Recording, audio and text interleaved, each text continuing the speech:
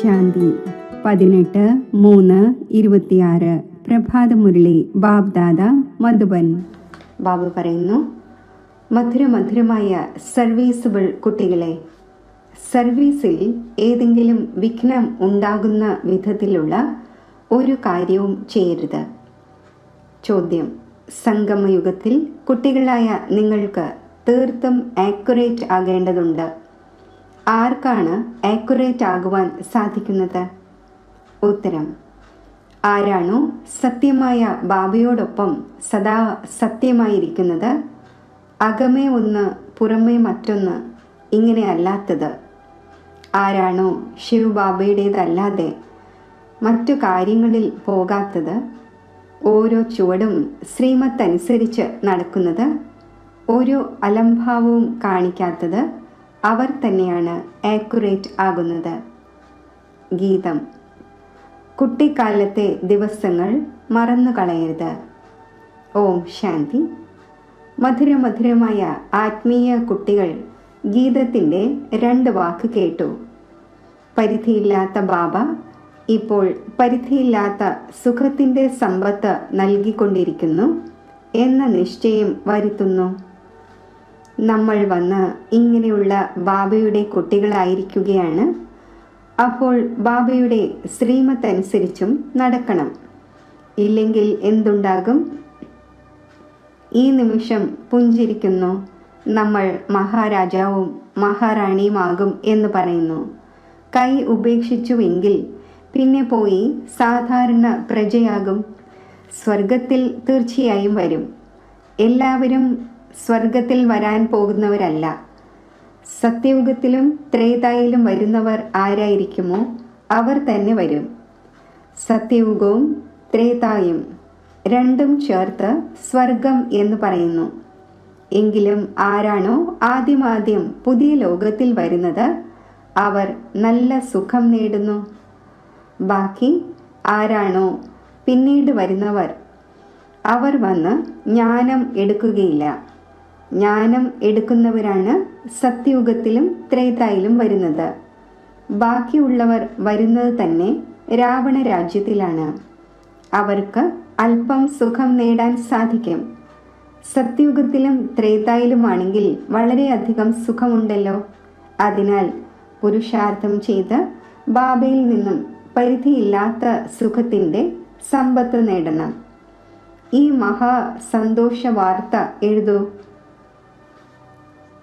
അച്ചടിക്കുന്ന കാർഡിലും ഇത് എഴുതണം. ഉയർന്നതിലും ഉയർന്ന പരിധിയില്ലാത്ത ബാബയുടെ സന്തോഷ വാർത്ത. പുതിയ ലോകം എങ്ങനെ സ്ഥാപിതമാകുന്നു എന്നത് എക്സിബിഷനിൽ നിങ്ങൾ കാണിക്കുന്നുണ്ട്. ഇത് സ്പഷ്ടമായി വലിയ അക്ഷരങ്ങളിൽ എഴുതണം.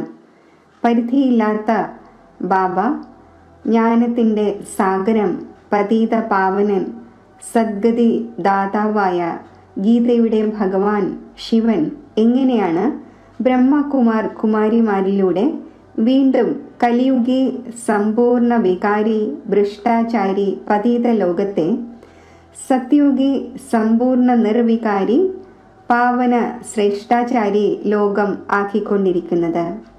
ഈ സന്തോഷ വാർത്ത വന്ന് കേൾക്കൂ അഥവാ മനസ്സിലാക്കൂ.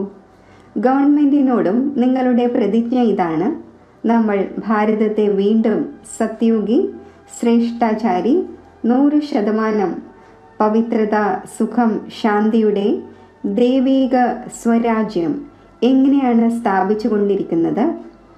ഈ വികാരി ലോകത്തിൻ്റെ വിനാശം എങ്ങനെ ഉണ്ടാകും?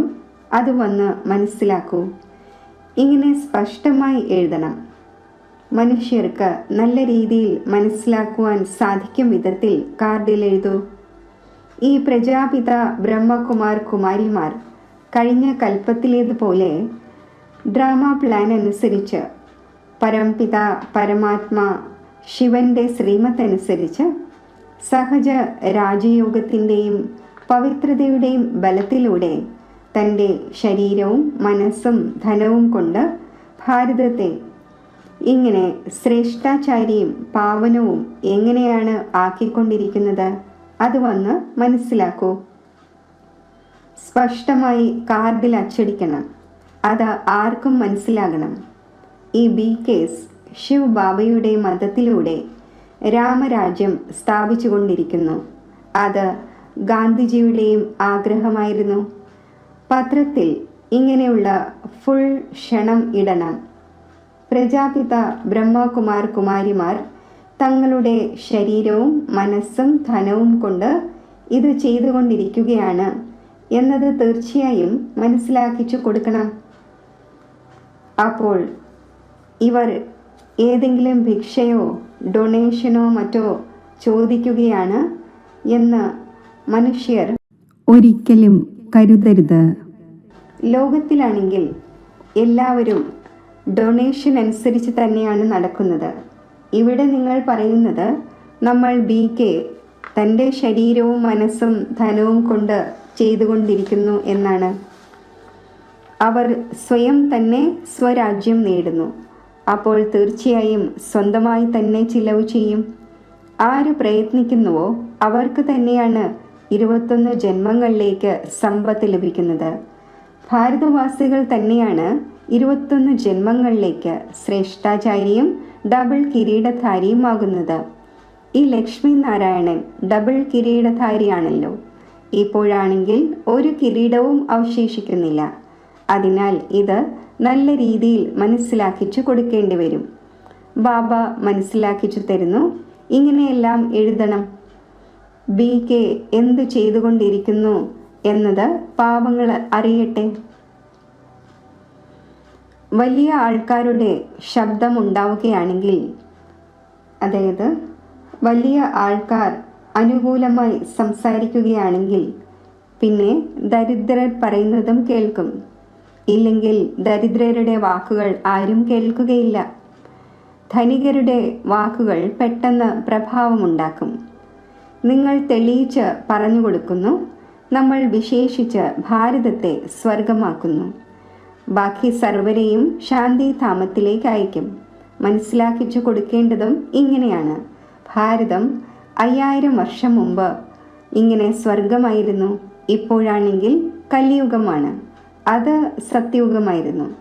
ഇനി പറയൂ, സത്യയുഗത്തിൽ എത്ര വ്യക്തികളുണ്ടായിരുന്നു?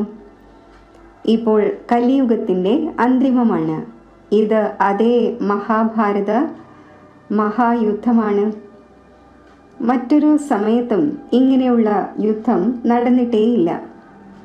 ഈ 3rd വാറും പിന്നീടാണ് ഉണ്ടായത്. ട്രൈ ചെയ്യുന്നുവല്ലോ.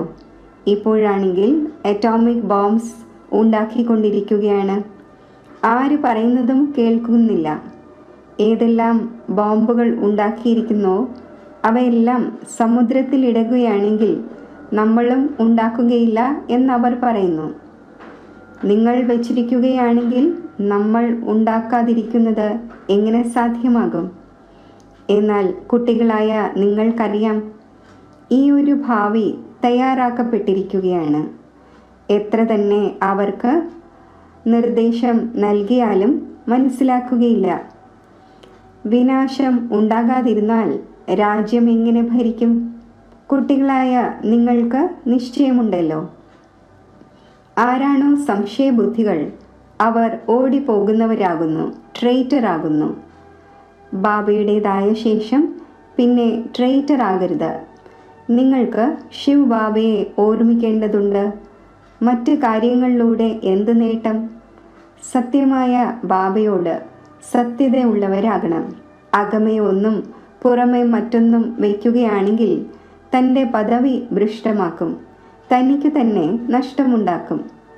കൽപ്പകൽപ്പാന്തരങ്ങളിലേക്ക് ഒരിക്കലും ഉയർന്ന പദവി നേടുവാൻ സാധിക്കില്ല. അതിനാൽ ഈ സമയം വളരെ ആക്യുറേറ്റ് ആകണം. ഒരു അലംഭാവവും കാണിക്കുവാൻ പാടില്ല. എത്ര സാധിക്കുമോ ശ്രീമത്ത് അനുസരിച്ച് കഴിയണം. നിരന്തര ഓർമ്മ പിന്നീട് നിലനിൽക്കും. ഒരു ബാബയെ അല്ലാതെ മറ്റാരുടെയും ഓർമ്മയുണ്ടായിരിക്കരുത്. അന്തിമകാലത്തിൽ ആരാണോ സ്ത്രീയെ സ്മരിച്ചത് എന്ന് പാടപ്പെട്ടിട്ടുമുണ്ട്. ആരിൽ മോഹമുണ്ടായിരിക്കുമോ അവരുടെ ഓർമ്മ വരും. മുന്നോട്ട് പോകവേ നിങ്ങൾ എത്ര സമീപം വന്നുകൊണ്ടിരിക്കുമോ അപ്പോൾ സാക്ഷാത്കാരങ്ങൾ ഉണ്ടായിക്കൊണ്ടിരിക്കും. ബാബ ഓരോരുത്തർക്കും കാണിച്ചു തരും. നിങ്ങൾ ഇങ്ങനെയെല്ലാമുള്ള കാര്യം ചെയ്തു. തുടക്കത്തിലും നിങ്ങൾ സാക്ഷാത്കാരങ്ങൾ കണ്ടു. ആരാണോ ശിക്ഷകൾ അനുഭവിച്ചിരുന്നത് അവർ വളരെയധികം നിലവിളിക്കുന്നുണ്ടായിരുന്നു. ബാബ പറയുന്നു, നിങ്ങൾക്ക് കാണിച്ചു തരുന്നതിനു വേണ്ടി ഇവർക്കുള്ള 100 മടങ്ങ് ശിക്ഷകൾ ഒഴിവാക്കിയാണ് കാണിച്ചത്. കുട്ടികളായ നിങ്ങൾ ഇപ്പോൾ ബാബയുടെ സർവീസിൽ വിഘ്നമുണ്ടാകുന്ന തരത്തിലുള്ള കാര്യങ്ങൾ ചെയ്യരുത്. പിന്നീട് നിങ്ങൾക്ക് എല്ലാ സാക്ഷാത്കാരങ്ങളും ഉണ്ടാകും. ഇങ്ങനെ നിങ്ങൾ ബാബയുടെ സർവീസിൽ വളരെയധികം വിഘ്നമിട്ടു, നഷ്ടമുണ്ടാക്കി. ആസുരീയ സമ്പ്രദായമാണല്ലോ. ആര് വിഘ്നമിട്ടുവോ അവർക്ക് വളരെയധികം ശിക്ഷ ലഭിക്കുന്നു. ശിവ് ബാബയുടെ വളരെ വലിയ ദർബാറാണ്. റൈറ്റ് ഹാൻഡായി ധർമ്മരാജനുമുണ്ട്. അതാണ് പരിധിയുള്ള ശിക്ഷകൾ. ഇവിടെയാണെങ്കിൽ 21 ജന്മത്തിൻ്റെ നഷ്ടമുണ്ടാകുന്നു, പദവി ഭ്രഷ്ടമാകുന്നു. ഓരോ കാര്യത്തിലും ബാബ മനസ്സിലാക്കിച്ചു തന്നുകൊണ്ടിരിക്കുന്നു. നമുക്ക് അറിയില്ലായിരുന്നു എന്ന് ആരും പറയരുത്. അതിനാൽ ബാബ എല്ലാ മുന്നറിയിപ്പും നൽകിക്കൊണ്ടിരിക്കുന്നു. ഓരോ സെൻറ്ററിലും എത്ര പേർ ഓടിപ്പോകുന്നവരാകുന്നു എന്ന് കാണുന്നുണ്ട്. ശല്യം ചെയ്യുന്നു, വികാരിയായി മാറുന്നു. സ്കൂളിലാണെങ്കിൽ പൂർണ്ണ രീതിയിൽ പഠിക്കേണ്ടത് ആവശ്യമാണ്. ഇല്ലെങ്കിൽ എന്ത് പദവി നേടും? പദവിയുടെ വളരെയധികം വ്യത്യാസമുണ്ടാകുന്നു. ഇവിടെ ദുഃഖധാമത്തിൽ ചിലർ പ്രസിഡന്റാണ്, ചിലർ ധനികരാണ്, ചിലർ ദരിദ്രമാണ്. അതേപോലെ അവിടെ സുഖധാമത്തിലും നമ്പർ വാർ പദവി ഉണ്ടായിരിക്കും. ആരാണോ റോയൽ ബുദ്ധിശാലികളായ കുട്ടികൾ അവർ ബാബയിൽ നിന്നും പൂർണ്ണമായും സമ്പത്ത് നേടാൻ പരിശ്രമിച്ചു കൊണ്ടിരിക്കും. മായയുടെ ബോക്സിംഗ് ആണല്ലോ. മായ വളരെ ബലവാനാണ്. തോൽവിയും ജയവും ഉണ്ടായിക്കൊണ്ടിരിക്കുന്നു. എത്ര പേർ വരുന്നു, പിന്നെ ട്രേറ്ററായി പോയി കളയുന്നു. നടന്ന് ഫെയിലായി പോകുന്നു. വളരെ പേർ പറയുന്നു, ഇതെങ്ങനെ സാധ്യമാകും? ഗൃഹസ്ഥ വ്യവഹാരത്തിൽ ഇരുന്നു കൊണ്ടും പവിത്രമായി ഇരിക്കാൻ സാധിക്കുക എന്നത് ഒരിക്കലും കേട്ടിട്ടില്ല. കാമം മഹാശത്രുവാണ് എന്നത് ഭഗവാനുവാച്ചയാണല്ലോ. ഗീതയിലും ഈ വാക്കുണ്ടല്ലോ. നിങ്ങൾക്കറിയാം, സത്യയുഗത്തിൽ ദിവ്യ ഗുണങ്ങളുള്ള മനുഷ്യരും കലിയുഗത്തിൽ ആസുരീയ അവഗുണങ്ങളും ഉള്ളവരുമാണ്.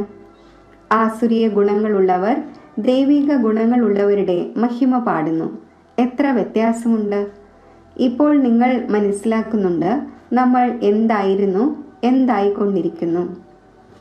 ഇവിടെ നിങ്ങൾക്ക് എല്ലാ ഗുണങ്ങളും ധാരണ ചെയ്യണം. ആഹാരപാനീയങ്ങൾ തുടങ്ങിയവയും സതോ ഗുണിയായത് കഴിക്കണം. ദേവതമാരെ എന്താണ് കഴിപ്പിക്കുന്നത് എന്ന് നോക്കണം. ശ്രീനാഥ ക്ഷേത്രത്തിൽ പോയി നോക്കൂ. എത്ര സാധനങ്ങൾ അഥവാ ശുദ്ധ ഭോജനമാണ് ഉണ്ടാക്കുന്നത്. അവിടെ വൈഷ്ണവരാണ്. ജഗന്നാഥപുരിയിൽ നോക്കൂ, എന്താണ് ലഭിക്കുന്നത്? അരി. അവിടെ വാമമാർഗത്തിൻ്റെ വളരെയധികം മോശമായ ചിത്രങ്ങളുണ്ട്. രാജപദം ഉണ്ടായിരുന്നപ്പോൾ 36 പ്രകാരത്തിലുള്ള ഭോജനം ലഭിച്ചിരുന്നു. അപ്പോൾ ശ്രീനാഥ ക്ഷേത്രത്തിൽ വളരെയധികം സാധനങ്ങൾ തയ്യാറാകുന്നു. പുരിയും ശ്രീനാഥനും വേറെ വേറെയാണ്. പുരിയിലെ ക്ഷേത്രത്തിൽ ദേവതമാരുടെ ഡ്രസ്സിൽ വളരെ മോശമായ ചിത്രങ്ങളുണ്ട്. അപ്പോൾ ഭോഗം വിശേഷിച്ച് അരിയുടേതാണ് വയ്ക്കുന്നത്. അതിൽ നെയ്യ് പോലും ചേർക്കുന്നില്ല. ഈ വ്യത്യാസം കാണിക്കുന്നു ഭാരതം എന്തായിരുന്നു, പിന്നെ എന്തായി മാറി. ഇപ്പോൾ നോക്കൂ എന്തവസ്ഥയാണ്. പൂർണ്ണമായും അന്നം പോലും ലഭിക്കുന്നില്ല. അവരുടെ പ്ലാനും ശിവ് ബാബയുടെ പ്ലാനും തമ്മിൽ പകലിൻ്റെ വ്യത്യാസമുണ്ട്. ആ പ്ലാൻ എല്ലാം മണ്ണിനോട് ചേരും. നാച്ചുറൽ കലാമിറ്റീസും ഉണ്ടാകും. ധാന്യങ്ങൾ തുടങ്ങിയവ ഒന്നും ലഭിക്കില്ല.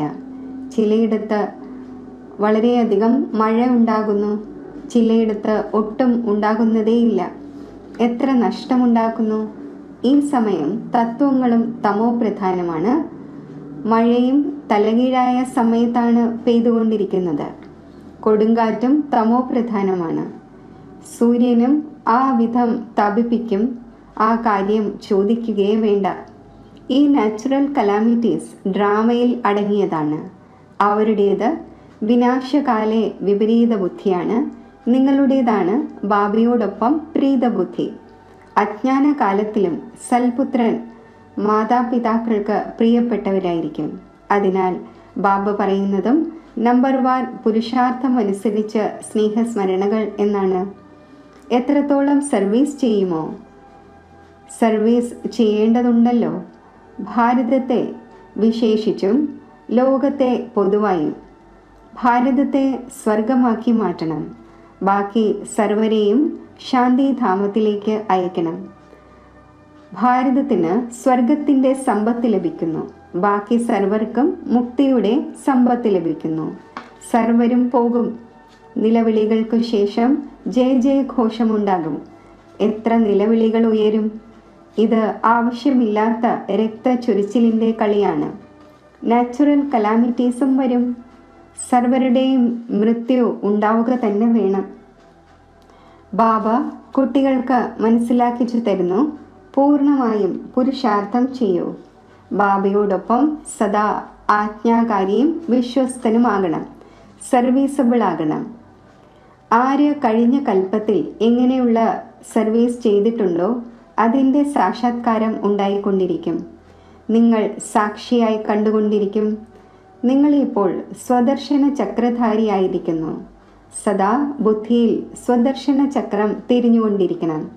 നമ്മൾ 84 ജന്മങ്ങൾ ഇങ്ങനെയെല്ലാം എടുത്തു. ഇപ്പോൾ നമ്മൾ തിരിച്ച് വീട്ടിലേക്ക് പോകുന്നു. ബാബയുടെയും ഓർമ്മയുണ്ടായിരിക്കണം, വീടിൻ്റെയും ഓർമ്മയുണ്ടായിരിക്കണം, സത്യയുഗത്തിൻ്റെയും ഓർമ്മയുണ്ടായിരിക്കണം. മുഴുവൻ ദിവസവും ബുദ്ധിയിൽ ഇതേ ചിന്തനം ചെയ്യണം. ഇപ്പോൾ നമ്മൾ വിശ്വത്തിൻ്റെ മഹാരാജകുമാരനാകും. നമ്മൾ ശ്രീലക്ഷ്മി അഥവാ ശ്രീനാരായണനാകും. ലഹരി കയറണമല്ലോ. ബാബയ്ക്ക് ലഹരിയുണ്ട്.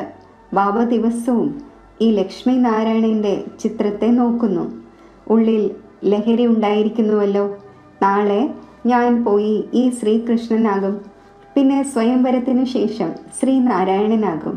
തത്വം, അതായത് അത് നീയാകുന്നു. നിങ്ങളും ആകുമല്ലോ. ഇത് രാജയോഗമാണ്, പ്രജായോഗമല്ല. ആത്മാക്കൾക്ക് വീണ്ടും തൻ്റെ രാജ്യഭാഗ്യം ലഭിക്കുന്നു. കുട്ടികൾ രാജ്യം പാഴാക്കിയിരുന്നു. ഇപ്പോൾ വീണ്ടും രാജ്യം നേടിക്കൊണ്ടിരിക്കുന്നു. ബാബ ഈ ചിത്രങ്ങളും മറ്റും ഉണ്ടാക്കുന്നത് തന്നെ കുട്ടികളായ നിങ്ങൾ കണ്ട് സന്തോഷിക്കുവാനാണ്. 21 ജന്മത്തേക്ക് നമ്മൾ സ്വർഗത്തിൻ്റെ രാജ്യഭാഗ്യം നേടിക്കൊണ്ടിരിക്കുന്നു. എത്ര സഹജമാണ്! ഇത് ശിവബാബ, ഇത് പ്രജാപിത ബ്രഹ്മാവ്. ഇദ്ദേഹത്തിലൂടെ ഈ രാജയോഗം പഠിപ്പിക്കുന്നു. പിന്നെ നമ്മൾ പോയി ഇതാകും. കാണുമ്പോൾ തന്നെ സന്തോഷത്തിൻ്റെ രസം കയറുന്നു. നമ്മൾ ബാബയുടെ ഓർമ്മയിലിരിക്കുന്നതിലൂടെ വിശ്വത്തിൻ്റെ രാജകുമാരനാകും. എത്ര സന്തോഷമുണ്ടായിരിക്കേണ്ടതാണ്! ഞാനും പഠിച്ചുകൊണ്ടിരിക്കുന്നു, അതായത് ബ്രഹ്മാവും പഠിച്ചുകൊണ്ടിരിക്കുന്നു, നിങ്ങളും പഠിച്ചുകൊണ്ടിരിക്കുന്നു. ഈ പഠനത്തിനു ശേഷം നമ്മൾ പോയി ഇതാകും. മുഴുവൻ ആധാരവും പഠനത്തിന്മേലാണ്. എത്രത്തോളം പഠിക്കുമോ അത്രയും സമ്പാദ്യമുണ്ടാകുമല്ലോ. ബാബ പറഞ്ഞു തന്നിട്ടുണ്ട്, ചില സർജനാണെങ്കിൽ അത്ര സമർത്ഥരാണ് അവർ, ഒരു കേസ് കൊണ്ട് തന്നെ 1,00,000 രൂപ പോലും സമ്പാദിക്കുന്നു. ബാരിസ്റ്റേഴ്സും ഇങ്ങനെ തന്നെയാണ്. ചിലരാണെങ്കിൽ വളരെ സമ്പാദിക്കുന്നു. ചിലരെ നോക്കൂ, കോട്ട് പോലും കീറിയതായിരിക്കും കിടക്കുന്നത്. ഇതും ഇങ്ങനെയാണ്. അതിനാൽ ബാബ വീണ്ടും വീണ്ടും പറയുന്നു, കുട്ടികളെ, ഒരു അലംഭാവവും കാണിക്കരുത്. സദാ ശ്രീമത്ത് അനുസരിച്ച് നടക്കൂ. ശ്രീ ശ്രീ ശിവ് ബാബയിലൂടെ നിങ്ങൾ ശ്രേഷ്ഠമാകുന്നു. കുട്ടികളായ നിങ്ങൾ ബാബയിൽ നിന്നും അനേകം തവണ സമ്പത്തെടുത്തു പാഴാക്കി. 21 ജന്മത്തേക്കുള്ള സമ്പത്ത് പകുതി കൽപ്പത്തേക്ക് വേണ്ടി ലഭിക്കുകയാണ്. പകുതി കൽപ്പം, അതായത് 2500 വർഷം സുഖം നേടുന്നു. ശരി, മധുരമധുരമായ സിഖിലതേ കുട്ടികൾക്ക് മാതാവും പിതാവുമായ ബാബ്ദാദയുടെ സ്നേഹസ്മരണകൾ. Good morning. ആത്മീയ അച്ഛൻ്റെ ആത്മീയ കുട്ടികൾക്ക് നമസ്തേ. ധാരണയ്ക്കുള്ള മുഖ്യസാരം: അകമേയും പുറമേയും സത്യത ഉള്ളവരായിരിക്കണം. പഠനത്തിൽ ഒരിക്കലും അലംഭാവം കാണിക്കരുത്. ഒരിക്കലും സംശയബുദ്ധിയായി പഠനം ഉപേക്ഷിക്കരുത്. സർവീസിൽ വിഘ്നരൂപമാകരുത്. എല്ലാവരെയും ഈ സന്തോഷ വാർത്ത കേൾപ്പിക്കൂ. നമ്മൾ പവിത്രതയുടെ ബലത്തിലൂടെ ശ്രീമത്തനുസരിച്ച് തൻ്റെ ശരീരം, മനസ്സ്, ധനം എന്നിവയുടെ സഹയോഗത്തിലൂടെ 21 ജന്മത്തേക്ക് ഭാരതത്തെ ശ്രേഷ്ഠാചാരിയും ഡബിൾ കിരീടധാരിയും ആക്കുന്നതിൻ്റെ സേവനം ചെയ്തുകൊണ്ടിരിക്കുന്നു. വരദാനം: സദാ പുണ്യത്തിൻ്റെ കണക്ക് ശേഖരിപ്പിക്കുകയും ചെയ്യുന്ന മാസ്റ്റർ ശിക്ഷകനായി ഭവിക്കട്ടെ. നമ്മൾ മാസ്റ്റർ ശിക്ഷകനാണ്. മാസ്റ്റർ എന്ന് പറയുമ്പോൾ ബാബ സ്വതവേ ഓർമ്മ വരുന്നു. ആക്കി മാറ്റുന്നവൻ്റെ ഓർമ്മ വരുന്നതിലൂടെ സ്വയം നിമിത്തമാണ് എന്നത് സ്വതവേ സ്മൃതിയിൽ വരുന്നു. വിശേഷിച്ച് ഈ സ്മൃതി ഉണ്ടായിരിക്കട്ടെ. നമ്മൾ പുണ്യ ആത്മാവാണ്. പുണ്യത്തിൻ്റെ കണക്ക് ശേഖരിപ്പിക്കുകയും വേണം. ഇതുതന്നെയാണ് വിശേഷ സേവനം. പുണ്യ ആത്മാവിന് ഒരിക്കലും പാപത്തിൻ്റെ 1% സങ്കല്പം പോലും ചെയ്യുവാൻ കഴിയില്ല. മാസ്റ്റർ ശിക്ഷകൻ എന്നാൽ സദാ പുണ്യത്തിൻ്റെ കണക്ക് ശേഖരിപ്പിക്കുകയും ചെയ്യുന്ന ബാബയ്ക്ക് സമാനം ആയവർ. സ്ലോഗൻ: സംഘടനയുടെ മഹത്വത്തെ അറിയുന്നവർ സംഘടനയിൽ തന്നെ സ്വയം തൻ്റെ സേഫ്റ്റി അനുഭവിക്കുന്നു. അവ്യക്ത സൂചന: നിശ്ചയത്തിൻ്റെ ഫൗണ്ടേഷൻ ശക്തമാക്കി സദാ നിർഭയവും നിശ്ചിന്തവുമായിരിക്കൂ. ആര് എത്ര നിശ്ചയബുദ്ധിയായിരിക്കുമോ അത്രയും തന്നെ എല്ലാ കാര്യങ്ങളിലും വിജയി ആയിരിക്കും. നിശ്ചയബുദ്ധി ആയവരുടെ തോൽവി ഒരിക്കലും ഉണ്ടാകുന്നില്ല. തോൽവി ഉണ്ടാകുന്നുവെങ്കിൽ മനസ്സിലാക്കണം, നിശ്ചയത്തിൻ്റെ കുറവുണ്ട്. നിശ്ചയബുദ്ധി വിജയി രത്നങ്ങളിലെ ഒരു രത്നമാണ് ഞാൻ. ഇങ്ങനെ സ്വയം മനസ്സിലാക്കണം. ഏതൊരു വിഘ്നം വന്നാലും അതിനെ പരീക്ഷയായി മനസ്സിലാക്കി മറികടക്കണം. കാര്യത്തെ നോക്കരുത്, എന്നാൽ പരീക്ഷയായി മനസ്സിലാക്കി പാസ്സാകണം. ഓം ശാന്തി.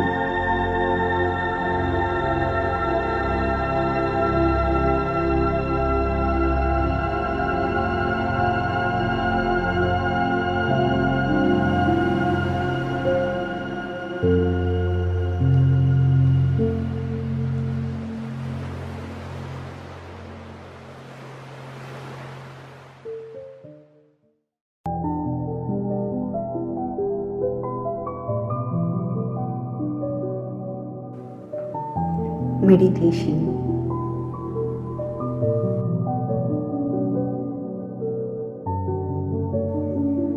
ബാഹ്യ സങ്കല്പങ്ങളിൽ നിന്നും മനസ്സിനെ വേർപെടുത്തി വ്യർത്ഥ വികൽപ്പങ്ങളെ സ്പർശിക്കാതെ എൻ്റെ ദിവ്യ സ്വരൂപത്തിൽ മനസ്സിനെ കേന്ദ്രീകരിക്കുന്നു.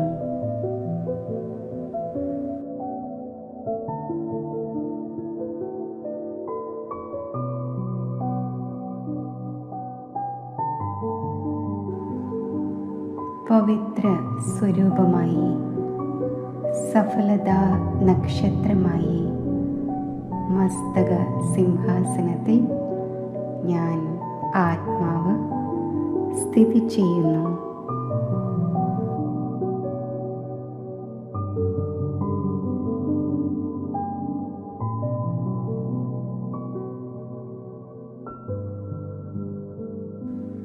ആത്മജ്യോതിയിൽ നിന്നും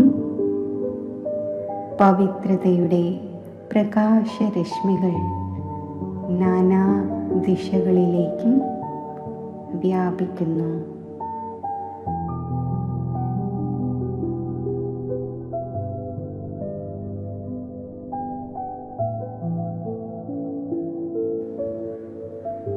പവിത്ര സ്വരൂപ ആത്മാവായ ഞാൻ ദേഹത്തിൽ നിന്നും, ദേഹത്തിൻ്റെ ലോകത്തിൽ നിന്നും ബുദ്ധിബലത്താൽ മാറി പരമധാമമാകുന്ന ജ്യോതിദേശത്തിൽ എത്തിച്ചേരുന്നു.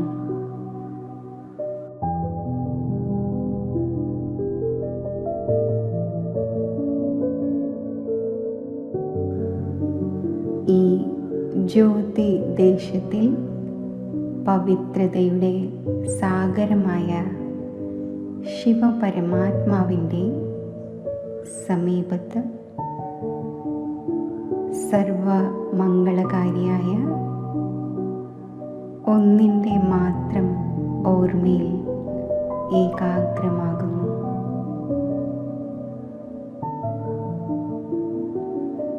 പവിത്ര സാഗരനിൽ നിന്നും പവിത്രതയുടെ ദിവ്യ പ്രകാശം എന്നിൽ നിറയുമ്പോൾ ആത്മസ്വരൂപത്തിൻ്റെ അതിശുദ്ധവും അതിനിർമ്മലവും പവിത്രവുമായ സ്വരൂപം ഞാൻ അനുഭവിക്കുന്നു.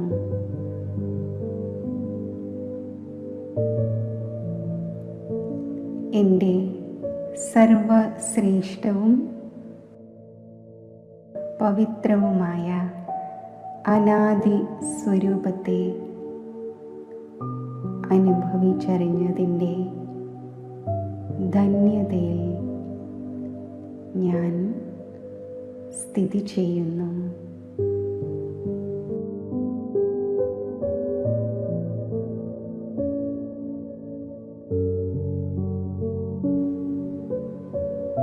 ശിവപരമാത്മാവുമായുള്ള ഈ മധുരമായ കൂടിക്കാഴ്ചയിലൂടെ പവിത്രതയുടെ ബലം ശേഖരിച്ച് യോഗയുക്ത അവസ്ഥയിൽ മസ്തകമണി ആയി ഞാൻ വിരാജിക്കുന്നു.